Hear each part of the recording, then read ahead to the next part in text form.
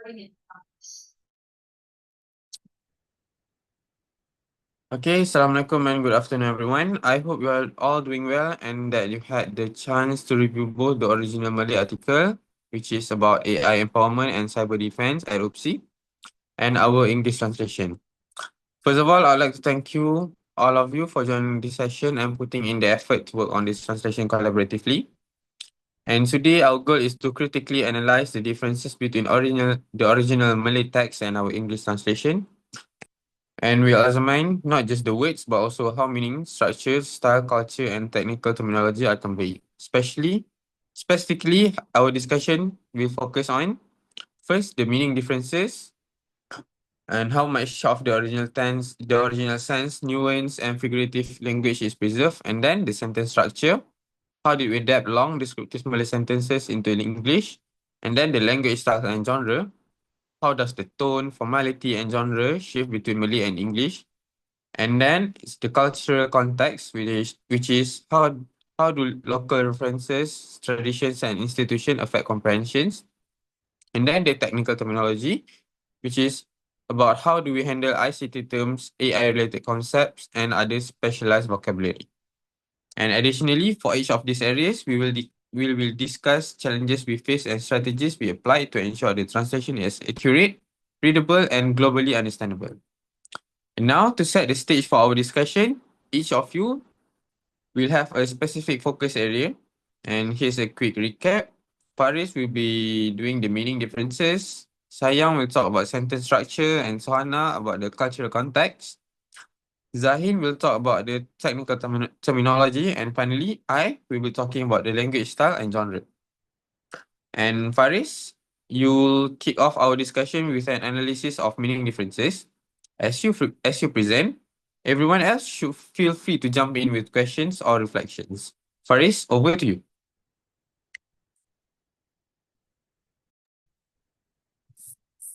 Thank you, Azra. As we examine the differences, I will also highlight the challenges encountered and the strategies we apply to preserve the nuance of the original text while making it clear for English readers. And I'll do the same for sentence structure, where noting the breaking or combining sentences affected both the clarity and meaning. And I'll discuss style and cultural context together, pointing out how tone and local references required careful adaptation and what strategies we use to maintain authenticity. Finally, I'll share insights on technical terminology, tricky ICT terms, AI-related expressions, and how we ensure accuracy and comprehension for an international audience. Okay, perfect. And this sets a very solid foundation for our discussion today. And Faris, let's first start with the meaning differences. Thank you, Azrul. As I went through the translation, I noticed that most sentences kept their main idea intact. Some of the subtle meanings shifted a bit. For instance, in Malay, we have the phrase melahirkan warga digital yang bersedia menghadapi cabaran teknologi masa hadapan. Literally, it means to nurture digital citizens ready for future tech challenges. In English, we translated it as to prepare a digitally empowered community for future technological challenge. You can see that the idea of nurturing or developing individuals is slightly reduced in the English version. We did this to make it clearer and more accessible for an international audience. Another example is the phrase melangkah ke hadapan dalam mendepani arus IR 4.0. In English, we wrote move forward in embracing IR 4.0. Here, the metaphorical image of stepping forward is simplified, which makes it clearer but loses some of the figurative feel. One of the challenges I faced was trying to preserve these figurative meanings without confusing readers who aren't familiar with Malaysian expressions. To address this, we prioritized clarity, but we also suggested adding a short figurative role, like while navigating the challenges of IR 4.0, to keep some of the imagery without making it complicated. That's very interesting, Faris. Do you think keeping the full metaphor would make the English version more engaging? Or maybe it could risk confusing international readers? I think it would definitely make it more vivid, but some readers might struggle if they are not familiar with Malaysian phrasing. It's a tricky balance between expressiveness and clarity. I agree. That's why I like the idea of adding a brief note. Something like while navigating the challenges of IR 4.0 captures the original metaphor but keeps it understandable. Yes, I think that's a good compromise. It preserves the dynamic meaning without sacrificing clarity, and we could use the same strategy in other parts of the translation where Malay expression carry cultural or metaphorical nuances. Exactly. The challenge came up with terms that are specific to the Malaysian context. For example, warga digital is clear in Malay, but in English it not sound abstract. So we expanded it slightly to digitally empowered community, which communicates both the idea of people and their readiness to engage with technology. We also had to think about sentence structure. Sometimes a long Malay sentence with multiple clauses feels detailed and rich, but if we split it into a short English sentences, some subtlety can be lost, so we had to make a deliberate choices about when to keep ideas together for nuance and when to break them up for clarity. Right, and from a readability perspective, splitting long sentences help the text to flow better for English readers, but we need to be careful not to oversimplify. And stylistically, using too many metaphors or overly long instructions in English can make the text sound formal or literary, which doesn't always fit the informative style we were aiming for. So overall, our approach to meaning was to prioritize clarity for international readers, preserve figurative language selectively, adapt culturally specific terms when necessary, and adjust sentence structure to maintain both nuance and readability. Exactly.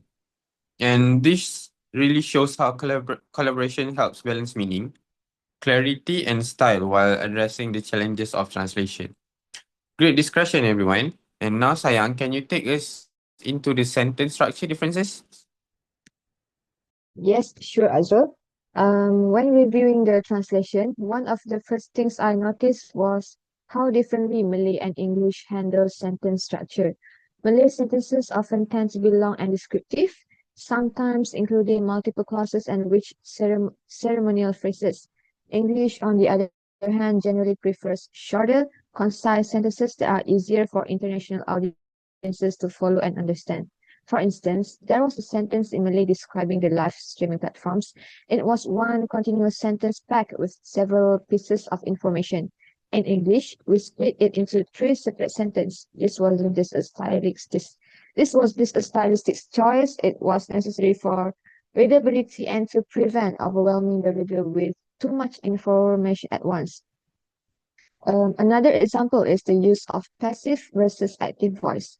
The Malay sentence menurut Tan Sri Dr. Megat Azrin Ahmad reads naturally in Malay in its passive construction, but in English, we translated it as Dr. Megat Azrin said, which is active, simpler, and more direct. While this improves clarity and flow, it also introduces a challenge, which is the the original Malay text carries a formal, almost ceremonial tone, and by using shorter sentences and active voice, we risk losing some of that formal elegance. And to address this challenge, we made a conscious decision to retain a few longer sentences in sections where emphasis or formality was important, such as when describing key achievements or program objectives. Meanwhile, more sentences were shortened to ensure the text remained readable and accessible to international audiences. Mm. That's a very important point, Sayang. So, do you feel that breaking up sentences actually change the tone, or like did it make it more readable? In my perspective, I would say it slightly affected the tone. The Malay version feels very formal and ceremonial, like a press release or official news article. The English version is easier to read, but loses a bit of that grandeur. However, I think the trade-off is worth it because clarity and accessibility are key for a global audience. And I agree. I think we could selectively keep longer sentences for statistic effect in areas where we want to highlight achievements or program impact. The way we don't lose the sense of prestige while still keeping most of the text reader friendly. Exactly, Faris. That was our strategy. It's a balancing act to preserve meaning and tone while improving the readability. Also, breaking up longer sentences can actually help emphasize technical points. For example, when discussing AI infrastructure, spreading ideas make concepts like big data processing, intelligent automation, and data center optimization clearer to the reader. Yes, and I noticed that shorter sentences also made it easier to add or clarify culturally specific references. If we had kept long, complex sentences, some technical terms or local references might have been buried or harder for natural readers to grasp. So, in a way, sentence structure helps with both clarity and cultural accessibility. And it also ties into the challenges we face with technical terminology. Long sentences sometimes cause terms like rangkaian pintar or pemrosesan prestasi tinggi to be less prominent. By shortening sentences, we could highlight these terms and even provide brief explanations without disrupting the flow of the paragraph. Exactly. So the overall strategy was to balance readability, tone, and emphasis. Short sentences improve comprehension, long sentences are used selectively for emphasis, and the structure ensures that the technical information and cultural references stand out. That's a very thorough analysis from you, Sayang. And it's clear that sentence structure isn't just about breaking or combining sentences, it's actually about making the text readable, accurate, and engaging. And of course, we always had to consider how our choices interact with the meaning, the style, and the technical accuracy. And now let's move. I'll take over and discuss the language style and genre, including some challenges that we face in maintaining tone while adapting to the text for an international audience. So, moving on to the language style and genre. One thing I noticed while comparing the Malay and English versions is how differently the two languages handle tone and formality. The original Malay article uses quite formal and ceremonial language, highlighting prestige and achievements. Words like memperkasa and initiative significant carry a sense of authority and a celebration which works well for a local audience. In English, however, we opted for a more neutral and informative tone. Phrases that sound celebratory in Malay, if translated literally, could seem exaggerated or unusual or unnatural, to international readers. For example, instead of translating memperkasa as empower to the fullest extent, which might sound overly dramatic, we use enhance or strengthen, which conveys the idea clearly but keeps it professional. And the main challenge here for me was maintaining the impact of the text because we didn't want it to feel flat while avoiding exaggeration or overstatement that might confuse or alienate the readers. And our solution for this challenge was to use stronger adjectives selectively, especially in headings, the key statistics, or sections highlighting achievements. And this way, we can preserve a sense of significance without breaking English stylistic norms. For example, when referring to OPSI's initiative, we can use words like significant or strategic in key places while keeping the narrative neutral as well. So essentially, the English version is less proud of ceremonial than the Malay original. Yes, that's correct. We actually prioritize clarity and professionalism, but still wanted to communicate the key achievement effectively. And the tone is slightly more restrained, but it reads smoothly for the international audiences. And I think combining this with sentence structure also helps. Shorter, clear sentences plus selective, strong adjectives make the text readable and engaging at the same time. It avoids the text becoming either too formal or too dry. So I agree with that. I also wonder when choosing which adjectives to keep strong, did we consider how different international readers might interpret them? Some words might carry more weight in English than in Malay. That's true. This also connects to technical terminology. For instance, when we describe AI infrastructure or cyber defense, the style and clarity of language directly influence how easily readers can understand complex terms. So style, sentence structure, and terminology really need to work together. Exactly, and this was a recurring challenge for all of us. And but to like balancing style, tone, and clarity while adapting for the text for international comprehension. And our strategy was always to ask, does this sentence convey prestige and importance without sounding unnatural? If not, we reworded it, or use emphasis selectively.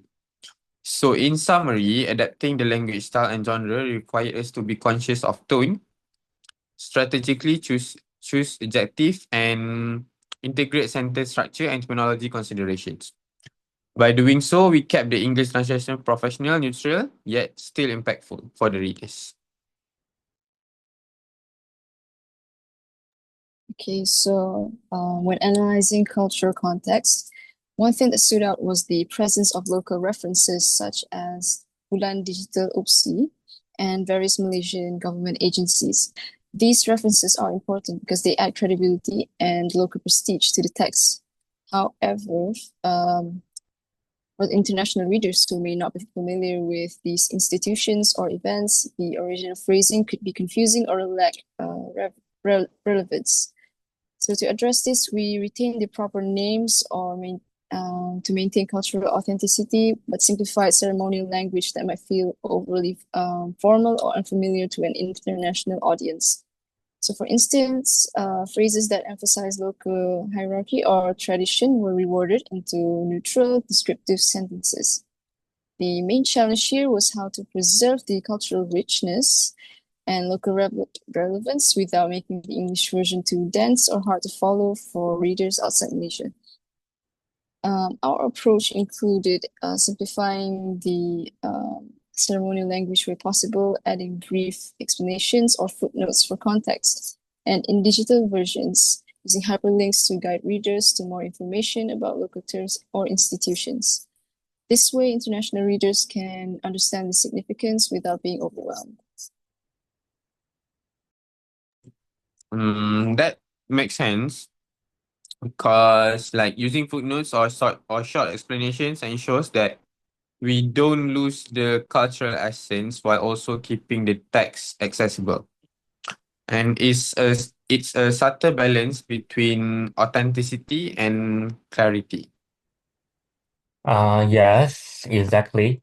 For example, instead of fully explaining about what each agency does in the main text, a brief parenthetical note or footnote allows readers to grasp the context without interrupting the flow. This preserves both clarity and cultural accuracy. And for digital formats, hyperlinks can be very effective. They let readers explore additional information if they want, without making the main text heavy or cluttered. It also keeps the English version concise but informative. I agree. I also think that combining these explanations with a clear sentence structure helps a lot. When we simplify ceremonial phrasing and break up long sentences, the text becomes more readable while still keeping its cultural significance. readers can appreciate the context without feeling lost or overwhelmed. Okay, so exactly. And another thing we considered was the tone. We needed to make sure that the English version conveys respect for the local culture without sounding overly formal or stiff to the international audience. This required careful word choice and sometimes rephrasing sentences to keep them neutral yet culturally aware.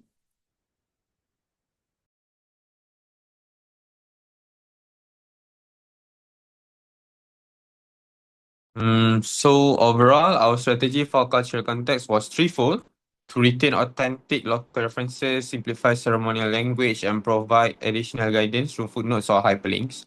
And by doing this, we ensure that the international readers understand the content, while Malaysian readers still feel the article reflects local prestige and credibility. And this also interacts with terminology and style. If we explain local context clearly, technical or formal terms are easier to understand for all audiences.